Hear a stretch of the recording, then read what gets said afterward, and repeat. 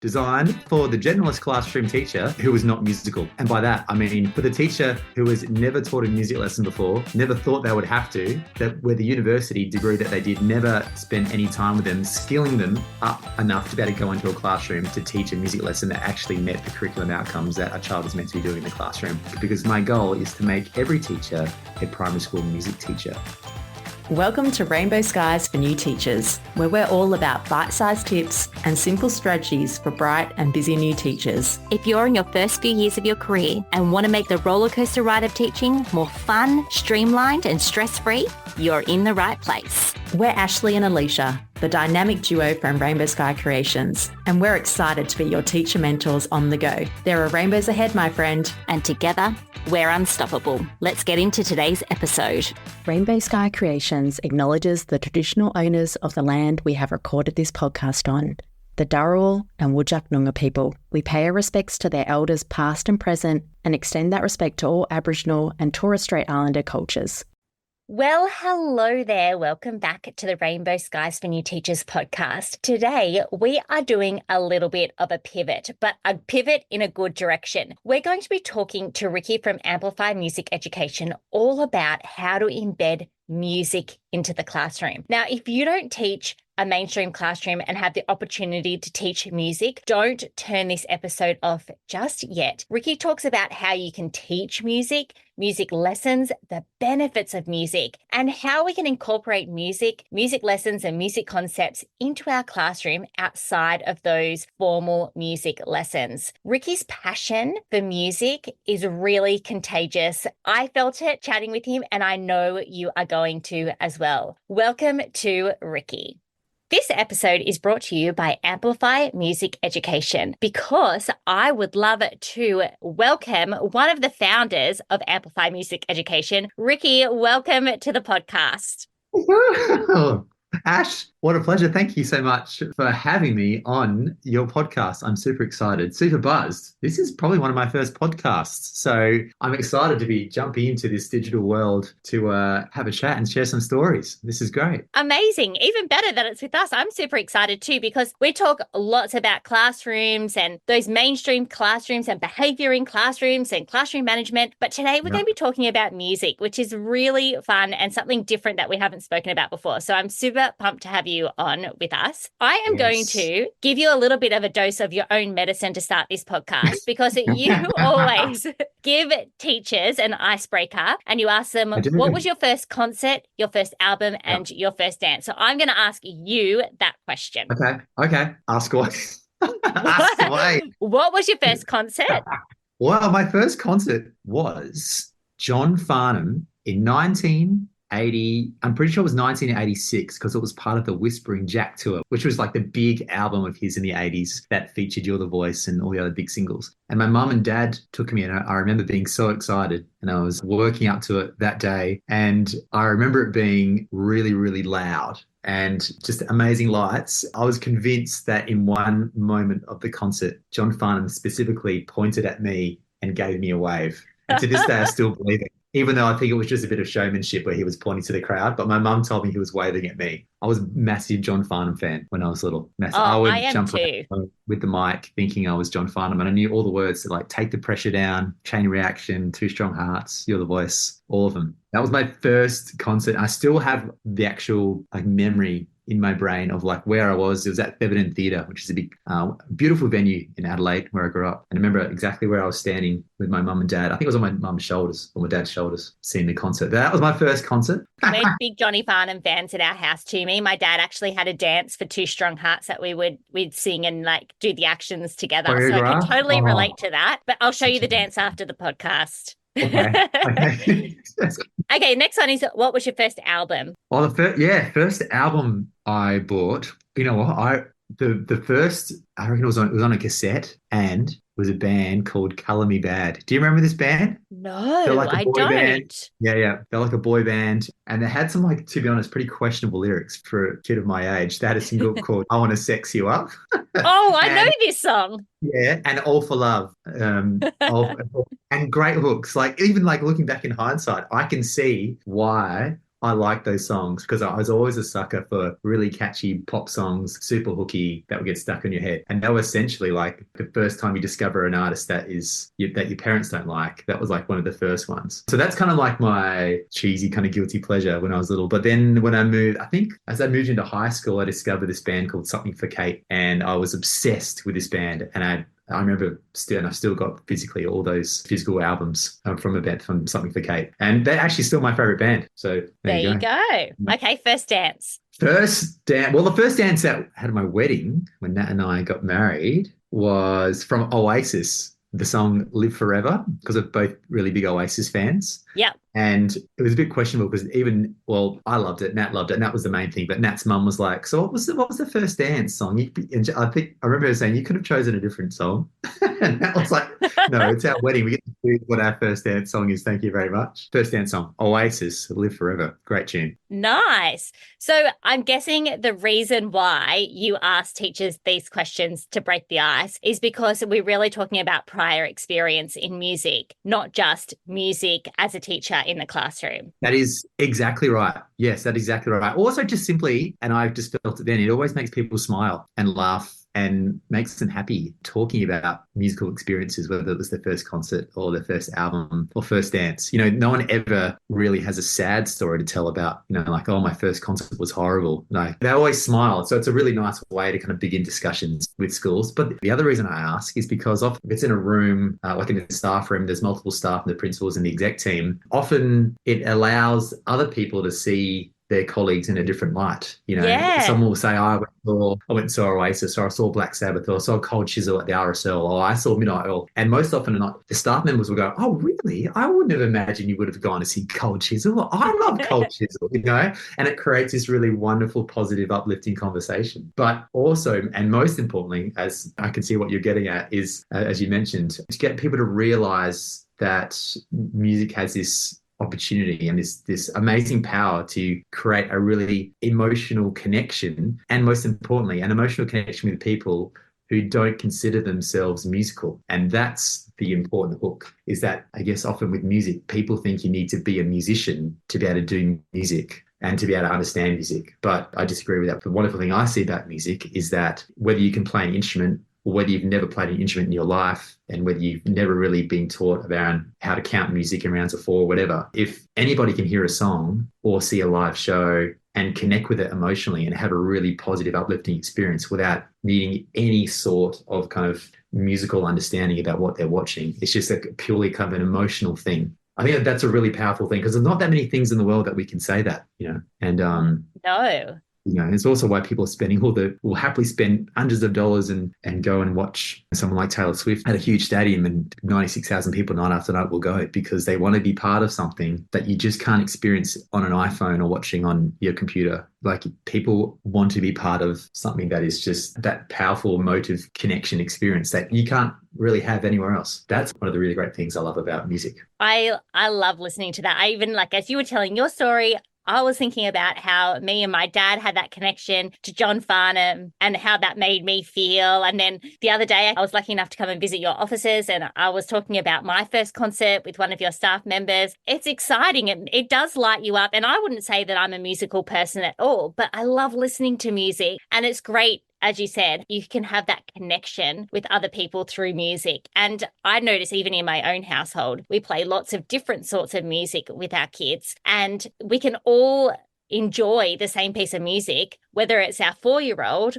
or my husband who's in his 40s, or my parents who are here and they're in their 60s, There's no age limit, which is fabulous. Yeah, that's right. It's been referred to. I have mentioned it a few times as, in a way, the great equalizer. But perhaps we'll touch on that as we move into the kind of how it sits as an important role in education. But looking at casting your eyes out over some of the amazing, incredible, uplifting and empowering images I've seen of the recent Taylor Swift tour. There's people of different race and gender and beliefs and ideologies and people of all different walks of life, but they're coming together, and there's no violence, there's no fighting. Everyone is just happy and joyous and jumping up and down and singing words, and it's incredible. And it essentially doesn't really matter where you're from or what you do. Music has this opportunity of being people together and equalize the playing field for everybody. It's incredible. It's incredible. And also at the same time makes me wonder why perhaps that important part of it isn't utilized more in schools and education. But I guess that's what we're going to talk about a little bit. And, is really one of my goals of what I try and do with music in a classroom. Yeah, we are going to deep dive into that a lot more. So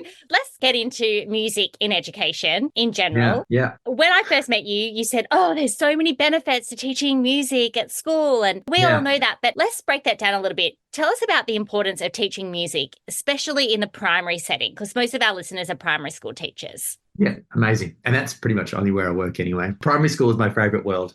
So it's interesting, when I think about it, is when we are babies or when we have a baby, one of the first things we do to them to calm them or to make them feel settled is we often sing. And at that moment, we're not thinking to ourselves, oh, am I singing in pitch correctly? Or is this the right melody? Or am I musical? We just kind of hum a little something. And we do that because it makes the baby feel settled. It makes them feel safe so that they go to sleep and they relax and they kind of do what we hope we want them to do. And as they get a little bit older, they start learning words with music or learning numbers, and often a lot of like children's programs in an infant preschool age, everything is kind of often done through songs that I've noticed. And then the minute we get to school, it all changes. And in the kind of modern schooling, it's all the kind of learning through song is kind of stops and it becomes very structured and very official. And we don't really see much singing or music at all. On one hand, that kind of concerned me, but just from like a general, like looking at kind of developing essentially what some people refer to as soft skills for students, where there's so much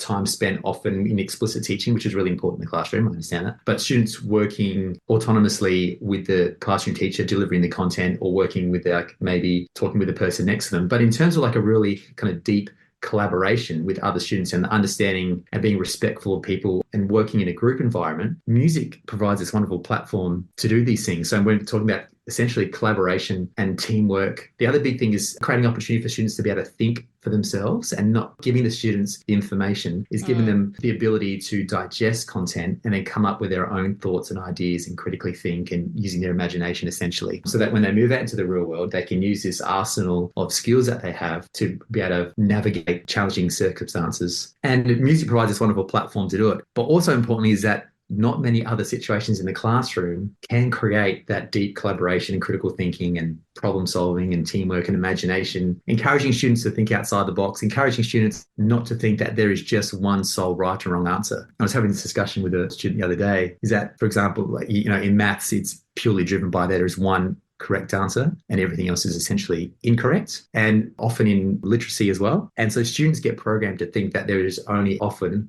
one right answer, and it is the answer that I'm being told of what that answer should be. But music provides this other incredible platform for students to think differently. And that's the important thing about music. It empowers students to think about how they learn and what they learn and the world completely differently to the majority of other experiences of how they learn in a classroom. And that's one of the really powerful things. We often call it like kind of activating the whole student rather than just the mind. It's activating the emotional connection and the whole body of the student. And music is the wonderful driver of that. That's a bit of a deep conceptual answer, I realize, but I see the power of that. So that's what I think is really important about music. What I really got from what you were saying too is that we're teaching students through experience that things can be subjective as well. And that's what I love particularly about the arts. And I was trying to teach my 6-year-old this at home the other day, that there's not necessarily black and a white. There's lots of gray area, and you might like something and someone else might like something completely different. And that's okay.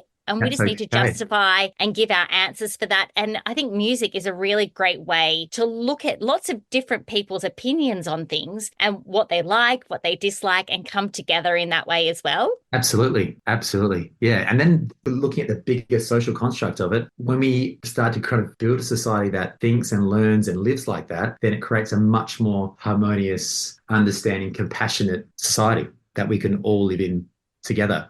But it starts in school. has to start in primary school. It can't start in high school. It needs to start from the minute they are in the classroom with their classroom teacher with their peers. I think quite often we end up trying to play catch up. We get to high school and realize, oh my goodness, these young boys aren't able to work constructively and respectfully with their female peers. And that sets us up for some real issues as they move out into the real world. It's just a simple thing of like activities of students coming together and working on song lyrics or coming up with different rhythms or different chorus ideas. And each person contributing something to that song is an incredibly powerful skill set to be able to develop and bring to a child's experience at school. For sure. So one of the benefits that we have as primary school teachers is that we've got children in our care all day. I mean, sometimes that can be a negative. I understand that when you've got children in your care all day, but in high school, the teachers only see them for lessons.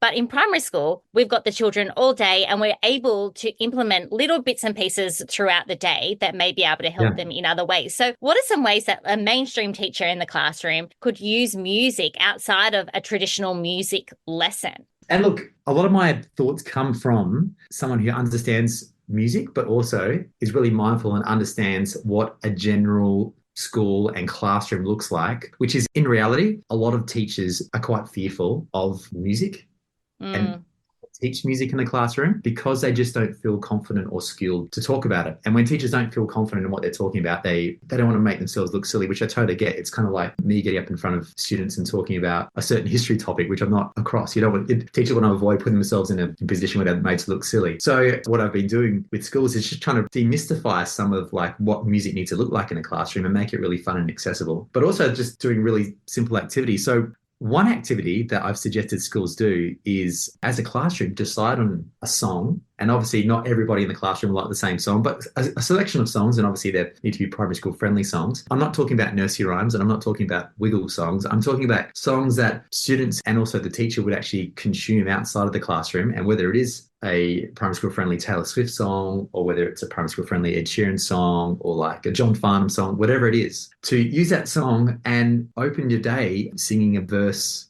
and a chorus of it. And I don't mean the teacher getting up and singing in front of the students. I mean putting that song on and putting the lyrics up on the screen and playing that song and having a go at singing it each morning for a week or so. And as students become more connected to it and more familiar with it, they'll kind of take off and run with it. It's just a really fun activity. But importantly, scientifically, what it's shown to do is that when we sing, importantly, when students sing, what it does is it activates the front cortex of the brain, which is the same brain that needs to be activated for students to learn and retain information. So there's all this incredible data about how we get students to improve their play results and how can we get better outcomes in the classroom with numeracy and literacy. Well, there is evidence that for students starting a day by singing a song, it activates their front cortex. So then when you move on to, after singing that song, you move into your reading, literacy or numeracy activity, the ability of the students to be able to comprehend and retain the information is going to be greater after they've sung a song. So there you go. Wow. It's there's data that backs it up. So that's incredible. And as opposed to singing just being this thing that happens by like singing only being done by a choir in a school that happens at lunchtime. There's no reason we can't put a song on, classroom teacher to sing it with their class and then set students up for some great learning straight after that. Some other things, using rhythms and rhymes to help students with their spelling or using rhythms to help accentuate syllables. One I love doing is analysing song lyrics and how songs can be used as a short form of storytelling. Even this, what we're talking about before, that different lyrics can be interpreted in different ways. So looking at the ability to be able to kind of convey a lot of emotion and story in just a few words, but how we interpret that potentially can be different for different students. So looking at potentially what the songwriter could be talking about, just using song in maths to make maths more memorable and exciting, because often maths can be really overwhelming and a little bit dry for students. And the minute we make it fun, then the learning is going to be deeper. And music's a wonderful opportunity to be able to have fun with your students. The opportunity to kind of bring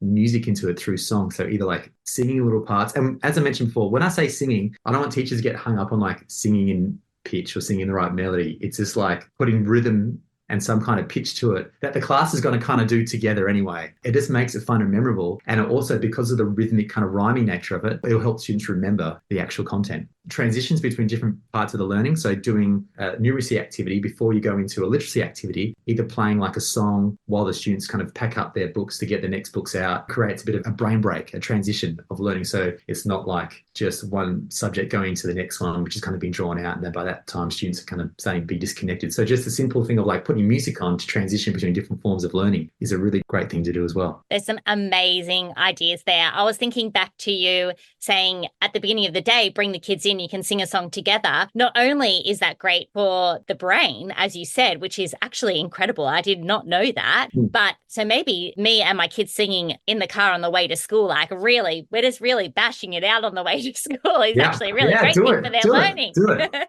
Yeah, but also it's creating a connection with your students too. Like years and years ago, when I was much younger, I went on a Kentucky tour with a few of my friends and they had like a bus song. Did you? And then we got on the bus every morning and they played a song. And at first we were like, oh, this is a bit cringe. Every time we hear that song now, even now, think of it, right? 20 years later, we think about it. We'd message each other. Oh, the song is on. What was your song? Oh, it was from the American Pie movie. Teenage Dirtbag, I think it was. Yeah, cool. Mine was Don't Stop Me Now by Queen. Don't Stop Me Now. I haven't classic song. Every time I hear that song now, I think of the song from the Kentucky tour. Yeah, but absolutely right. It's igniting a really positive, memorable connection with that experience. And we can do that with music in our classroom. When students have a positive connection to wanting to be in a space where they learn, we are only going to create learning to be deeper, but also have really positive outcomes. Because if students are comfortable and happy and feel safe in the space they're doing and are happy, then essentially we're setting them up for success. If students are coming to school feeling anxious, upset, uncertain, and they're sitting down and trying to learn and do work, it doesn't matter what fancy PowerPoint slide we're going to be showing them or what content it is, they're not cognitively ready to learn and it's not going to happen. And actually goes back to a little bit to what I was saying around when we have little babies and they're trying to relax them and get them to soothe and sleep and we sing them the song. What we're doing is making them feel safe and nurtured and that they are okay. And the same thing we do when they're primary school and we sing a song, it activates that same part of the brain to get them to feel safe and nurtured and looked after and that everything is okay in the classroom. So then they're going to be in a much better place to have much deeper learning. Yeah. Oh, it's simple. I love that. It's simple, isn't it? It's really simple. It is really simple, but often the best ideas are the most simple. And just incorporating like little things, you're only giving us little ideas that literally teachers could go out and start this tomorrow, which is the best way to do it. We don't want ideas that take forever to prep or to get your head around. So it's going to take a few weeks to get your head around how this is going to work in your classroom. No way. You could go in tomorrow and say to your kids, right, let's vote. What are some of your favorite songs at the moment? It might be a Taylor Swift one because I know that that's all the rage right now here in Australia. Taylor Swift at the time of this recording is here on tour. So maybe you're choosing one of those songs or maybe the kids are choosing something else. I know my kids, I was dropping them off at school the other day and the school bell was the theme song for The Hills. You know that reality TV show, The Hills? Of course I know that song. Yeah, of course. Of course. And that came on and I was like, oh, yes. And I'm like singing along as I'm taking the kids to the lines and you could see they were kind of all bopping along too. So that is something that you could start tomorrow in your classroom. Absolutely. That's it. It's simple. It doesn't cost any money and you can do it right away. And it's going to have a positive and immediate effect on your students' learning outcomes. So I don't understand why we wouldn't do it. Yeah, I agree.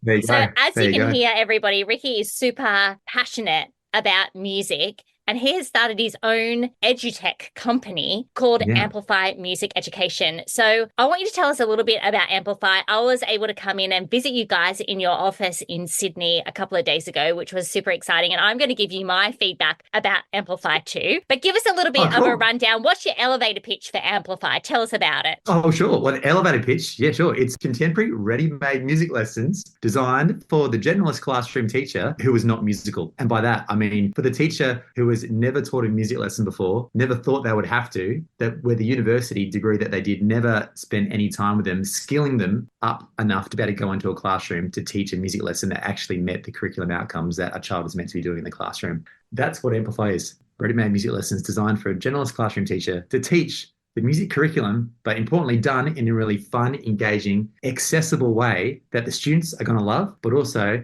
upskills and enables the classroom teacher that is in the classroom every day with their students, as you mentioned, and knows their students better than any other specialist coming to the school, can now teach music. Because my goal is to make every teacher a primary school music teacher.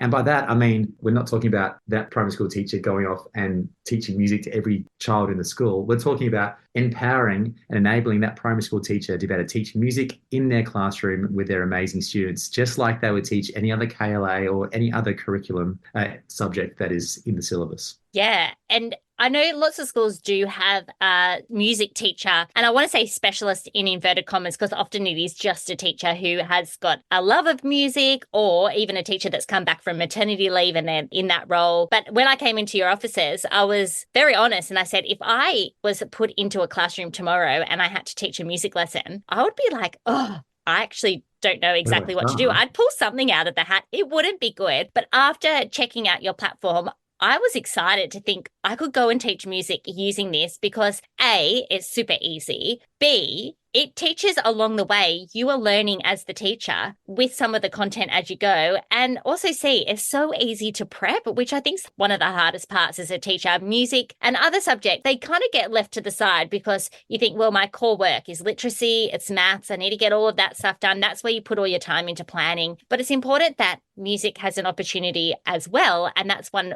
great thing about a platform like yours. So it kind of, to me, it looks a little bit like Netflix. You pull it up, it has the lessons, it shows you where you've left off, your last lesson. You don't have to like go off into other links throughout the internet. It's all there in one place. That's right. And the lessons are really fun. So there's video elements and then there's activities that you can go with it. And if you were teaching in the classroom, say your kids went off and did music with another teacher, you could probably still use something like Amplify because it'd be great to use not only as like an extra lesson. If you had a bit of extra time and your kids really loved music, it'd be great to implement it that way. But you've got other things on the platform that can help teachers too, don't you? Absolutely. Yeah. You gave a really good explanation and of what Amplify is. That was like visually, I was really good. That was really good. Thank you. Thanks. But you made a good point of that it's all there for the teacher, because even when I was really digging into the curriculum with music, so Amplify has 10 lessons per year level, kindergarten to year 6, or if you're in Victoria, foundation, or prep if you're in Queensland. But essentially kindergarten, year 6, 10 lessons. And some lessons from musician teacher point of view, as myself, are easier to create than other ones. But even some with a musical skill set kind of background like mine, there are some concepts which I'm sure are the same in numeracy and literacy or other KLAs, which are just to try and think of a really engaging way for students to kind of digest and understand the concepts. Some concepts are a lot harder than others. So I've really spent time kind of evolving certain concepts and changing them and updating them to make sure that every single concept makes sense, but also the teacher is supported the entire way through that process, because it's one thing talking to a teacher about ideas or of how to do a music activity in the classroom. But if they don't have a really easy way to actually explain the concept to the students, then it doesn't really set them up for success. And vice versa, a teacher may be able to explain what a verse and a chorus is or what tone color is, but without an actual activity for students to be able to demonstrate the understanding that is scaffolded for different students' abilities in your classroom, then it's hard for students to be able to actually apply the learning, and you can't see if they actually understand or not. So we wanted to create something that completely supported the lesson delivery for that teacher the entire way through that experience. And then in addition to that, be able to create ways that, as I mentioned before, we can integrate music things into the classroom outside from just it being a standalone music lesson. So things like, as I mentioned before, like brain breaks, little transition activities for students to be able to do with their teacher in between different learnings within the classroom. And by having Amplify, it just makes it a lot easier because all the playlists are all integrated, and I've actually got the activities there organized as like really quick little 5-minute activities. We have a whole songs for singing playlist, so that to start your morning off. So things like that you can integrate into a classroom. But we also made lots of, outside of just the core content, important, I guess, conversations that happen in schools. So we've got our multicultural kind of Harmony Day lesson content. We have NAIDOT Week content. So to be able to put a music lens on everything that we do in the school, then it just helps to make the classroom really fun and engaging for the students, but also to help and take music from being this kind of thing that has to happen outside of a normal classroom and bring it in to integrate it across everything. We even have some sports stars within some of the lessons. So we've got like Jonathan Thurston or Alba Bill, some of the Matildas as part of the content, as a way of showing that music doesn't have to just be a standalone thing done by musicians. We have teachers in the content, sports stars, as well as musicians to make it as accessible as possible. Yeah, so fun. It's so good to integrate some of those important days throughout our teaching calendar and having a music element to it. Because I know lots of teachers will want to do a Harmony Day lesson, or I know that you're trying to work on some things for Anzac Day, which would be really great for the classroom. And adding that musical element to it just gives it to that next level. Or if your class has to do an assembly around one of these special events, you could use some of this music that they're learning. So it's part of a lesson, but then they're using that in their assembly and nothing is kind of just standing alone. Exactly. That's right. But one of the big things, big conversations is around integrating student learning across all the KLAs and all the core curriculum. So it's not always just, this is a numeracy lesson, then we finish that. Now we're doing a literacy lesson. Okay, that's finished now. Now we're going to do STEM. Okay, STEM's finished now. And we try not to have learning just happening in isolation. So that if we can be integrated across everything. So developing the students' understanding and then applying it to the whole classroom experience is where the learning becomes the deepest and we get the most successful outcomes for our students. And if music, my goal is to make music part of that integrated experience in the classroom, just like what we're mentioning of ways better to do it. And Amplify just makes it really, really easy to do that. It does. It makes it really, really easy. It takes out all of that hard thinking for teachers. Yeah. You mentioned about the playlist before. So one of the big things that we worked super hard last, just quite an interesting little fun fact, is we created our own Amplify music streaming player. So what that means in layman's terms is if you're familiar with Apple Music or Spotify, we've created that essentially ourselves, but we own it. So it's called Amplify Music Player. The cool thing about it is that we can create and curate our own primary school friendly playlists to integrate into Amplify lessons, but also use for brain breaks and things. And the cool thing about that is because we've curated it, we know that the lyrics and the content is primary school friendly, but they're the actual songs from the actual artist. So whether it's a Taylor Swift track or whether it's a Guy Sebastian track or whether it's a Bruce Springsteen track, we can have in the lesson as part of our Amplify player that's curated, and we're not having to go into Spotify or bring up a song on YouTube and then put up with like potentially an inappropriate YouTube ad. Yeah. And then by that, start to tune out. So it's like having it all in one place. So yeah, we've just created a whole bunch of playlists for like swimming carnivals, and we have a First Nations playlist and songs that are great for singing, just to make it really, really easy. And you don't have to put up with ads and things like that. Yes, I loved that feature of the playlists. I loved it because of the special events ones, like there was ones for running carnivals and stuff. And I thought that would be all book parades. Teachers will know that you're like scrambling. What other songs can we put out about reading and books? It's just got it there. You can just press play, off it goes. But the other thing I really love doing in my classroom, and I'm sure there's lots of teachers out there that love this too, is just putting on some music while the students are working. And I like to mix it up. Sometimes it's classical music. Sometimes it's music that they can sing along to. Sometimes it's a bit more modern. Sometimes it's not. But that would be a really great way to use those playlists too, to say, okay, well, the kids are really into Taylor Swift at the moment. Let's put up that, or put on something else that's a little bit more quiet. So you just got like a bit of something in the classroom. But I find that playing music while the kids are working, it really just tempers the environment and the mood. It stops the classroom getting really loud and a little bit too wild. It keeps people on track.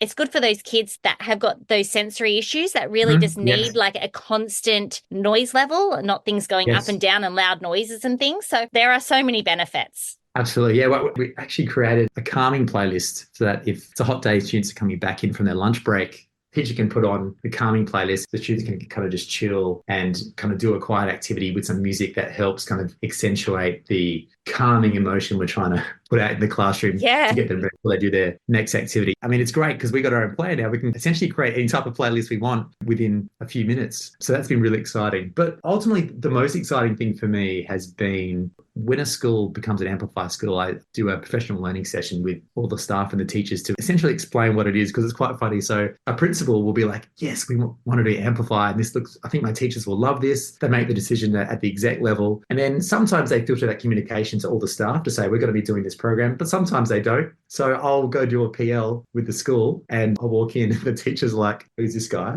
And what is this PL about? And so I'll need to explain, you're going to be doing this Amplify music program that I've created. And in that moment, as soon as I said music, the teachers are like, oh shit, are you for real? We're doing music. Hang on a sec. I can't teach music. But my goal, or the learning intention for that next 60 minutes, is to get teachers completely rethink about music, get them to believe that they can actually teach a primary school music lesson. Because I wholeheartedly believe that classroom teachers in primary school, because they work with those students every day, like you said at the start, they have the strongest connection and relationship with those students outside of the parents. Those students feel the safest with their classroom teacher compared to, say, anyone else externally coming in. Also, like the teacher working with those kids and students every day understands the kind of nuances of how those students learn and how they retain information and their social dynamic and how they interact. They understand the art of teaching in that specific scenario to get the best out of the student. And now I feel like if I can get the teacher to use their art of teaching skills to now teach music, then they can actually create a really amazing deep learning experience of music with that student better than even if I was to go into the classroom to teach that student, because the students already have that relationship with the teacher. And that's something that I feel is always overlooked, and that we don't often have enough emphasis on that relationship that the teacher has with their students. Then by the end of it, seeing how excited teachers are to teach something like music, which, as I mentioned before, they wholeheartedly believe they never ever thought they would be able to teach music because they had to be a musician, or they needed to be able to play piano, or needed to be able to play the guitar, or heaven forbid, had to play the recorder to be able to teach music. So seeing that whole shift. And then in addition to that, creating this continuity across the school so that it didn't rely on the existing music skill set of that teacher, of how successful that music lesson was going to be with their class. And by that, I mean, for example, if there's a school and there's 2 year 3 classes, 1 year 3 teacher may have played piano in high school or may have been in the choir when they were at high school. So just by that, they are actually kind of somewhat comfortable, even if they don't know it, but actually slightly more comfortable than perhaps the teacher next door teaching the same year level, but that teacher had never had a chance to do music when they were at school. They never played an instrument before. They've never even dabbled in a music lesson. So those two classes, although they're at the exact same year level at the exact same school, would be getting a very different musical experience. But now by using Amplify, then it helps create a consistency so that those students, irrespective of the background music skills those teachers had prior to doing Amplify, are now ensured of getting the same deep, enriched musical experience in the classroom. That is one of the really important things that it's has evening been the playing field, isn't it? It's not only evening the playing field, but it's actually up leveling it. It's like the next level up. Because as I said before, after looking at your platform, I was like excited to teach music. I could totally do that. Whereas before, I'd be like, oh, look, if someone offered me a music job, I would have been like, no. But if someone offered me a music job with Amplify, I would say, yeah, this is definitely doable and it would be fun. And also, I was talking to one of your staff members, shout out to James. He was saying, not only are you teaching the lesson and you're teaching it well, but you get to enjoy the teaching part because there's not a huge amount of organization. There's not a huge amount of prep that goes along with it. And that can often just take the fun out of teaching when there's always these next things that you need to organize and get ready and this and that. Your brain's going 100 miles an hour. You can actually be in the moment with your students enjoying that lesson. Absolutely. That's right. And I always encourage that with the teachers. So essentially the model is Amplify. There's an introductory video that's kind of sets up and introduces the fundamental concept to the students. That is essentially me on the video explaining the concepts in a really fun, digestible language, but also with really awesome Australian artists that the students or the students and the teachers may have seen before. So a lot of the content, it's myself and Amy Shark or the band Shepherd or King Stingray or Mitch Tambo. So actually bringing Australian artists into an education content, but artists that kids and teachers know. So we've kind of already created a connection. And then after the video and after we've kind of set up those fundamental concepts, the teacher has watched that video then with the students and gone, oh, okay, cool. So now I get what dynamics means in that context of like dynamics using our voice or dynamics using instruments. Now I understand what a bridge in a song means and why it's there. And then they do an array of activities that is all housed within the platform that comes with a lesson guide and explains how to do it. And they have a really great time doing it. But also the songs within the playlists that are used for students to be able to demonstrate their learning on for those activities are really great songs. And to be honest, that's, as we kind of mentioned, that's what creates a really big connection to the positive experiences. Like when you're learning something that's really fun, then it makes the learning more enjoyable and kids will want to do it. And a really easy way to do that with music is have songs that kids actually like and listen to, but also as a teacher that you really like and listen to. So I've been really conscious of creating a really diverse range of songs, but really great songs. So like in one playlist, we may have John Farnham, You're the Voice, and the next song's Taylor Swift, and the next song is King Stingray, and then the next song may be like a orchestral song, and then the next song may be like a Keith Urban country song. So it's like quite diverse, quite eclectic, but in every kind of opportunity, there's going to be students and teachers that really connect with it. Yeah. I saw you had Unchained Melody as one of your songs on your big whiteboard, one of the classics. Oh, yeah. Yeah. We call all the lessons are named after, have kind of really cool music puns to it. Okay. So we have like, Unchained Melody is a lesson about essentially what is melody. We have Don't Bore Us, Get to the Chorus, which is about song structure, identify what a chorus is. One of my favorites is 88 Problems, but the pitch ain't one, which is a pitch lesson. That's one that went down well. We have like Joy Division, which is about the relationship between music and maths. Pretty much every lesson has a really great music pun to it. Cool. So much fun. Well, Ricky, this has been the best. I have a love chatting with you today. I feel so inspired to encourage my kids to do more music with them at home, but also I hope that teachers listening to this podcast are like, yes, I'm going to get some more music into my classroom after listening to Ricky. Yes, well, I hope so, because it's really fun, but also has a really positive outcome on the students. So there's no reason you shouldn't be doing it. No. Let's do it. So before we go, one more thing is teachers can get a free trial for Amplify. Yeah. If you go to Amplify, amplifymusiceducation.com.au is our really cool, fancy looking website. And you can sign up for a free trial directly through the website there. Essentially allows you to jump on and see in real time what actually doing a lesson would be. So you can actually do an Amplify lesson with your students, do the video, then the array of activities. You can check out the lesson guide that accompanies the lesson. You can see like an example of a scope and sequence. You can see an example of an assessment rubric. But all honesty, it just gives you an idea of like how cool the platform is to navigate and use. Because like I said, when I created it, I wanted to make sure that when teachers logged on, they were like, wow, this is cool. I want to use this and I want to be able to teach music in my classroom using this because it's really fun and my kids are going to love it. A little tidbit is, I reckon I would have been 18 years old and I went to this music industry conference. I didn't say at the start, I played in a rock and roll band for 10 years of my life, got to tour the world and it was a great time. So I would go to sometimes to these music industry conferences and they would have, just like you go to education ones, they have keynote speakers and whatnot. The keynotes at this one was a wonderful gentleman. His name is John Watson. And at that time, and still now, highly respected music manager. And at that time, he was managing a band called Silverchair. He also manages Missy Higgins, Birds of Tokyo. He actually manages Cold Chisel now. Wow. A really well-respected guy. And I was trying to find a manager for my band. And I would email different managers and say, oh, we've put out this song. Like, we're on the radio. We're playing these gigs. I love what you've done with these acts. I'd love for you to consider managing us. Most of the time, you wouldn't get responses back. It's kind of like emailing your principal, when you're trying to... Yes. Oh, we know. People don't, they've got a lot going on, which I understand. So you don't hear back. So I never expected to hear back from John Watson. But one day I got an email and he had taken the time to respond to me. And I thought, this is just one of the greatest things. Pretty much what he said in the email, he reinforced at this music conference. And he said to me, no matter what you do, Ricky, don't be boring. And it's just sat with me the whole time. And so whether it was when I was writing a song or like organizing a live show for our tour, or whether it was tour posters, and as I moved into education, looking at how to engage students or make lesson plans or how to communicate or even how to just do PLs for school staff, I always thought, don't be boring. Because people don't have time for things that are boring. There's enough in the world that's boring. Things have to be memorable, and I've always wanted to make sure things are memorable. So when I created Amplify, I wanted teachers to log on and for it to be memorable and definitely not boring. So at the very least, teachers will log in and be like, wow, this looks cool. And this is definitely not boring. Because there's a lot of education stuff out there and a lot of papers that teachers need to read and compliance and scope and sequencing and mapping to the curriculum. That is, let's be honest, some of that stuff, although it's important, can be boring. Yeah. So nothing I wanted to do, I didn't want anything to be boring. So everything I've done is exciting and is memorable and teachers will really enjoy the experience. That's amazing. So go and check out with the free trial. I'll pop the link to the free trial in the show notes. If teachers want to connect with you, Ricky, or with Amplify Music Education after this episode, how can they do that? Yeah, we can email me, Ricky at amplifymusiceducation.com.au. There is a direct contact through the Amplify Music Education website as well. You can also find me on Twitter. I like to do some fun, memorable posts on Twitter. On Twitter, I'm actually Ricky Riots. It's still my Twitter from when I was in a band. Now it's just all education stuff though. So you can find me on Twitter as Ricky Riots. You've got a brand new Instagram too. So go and give them a follow on Instagram because it's brand new.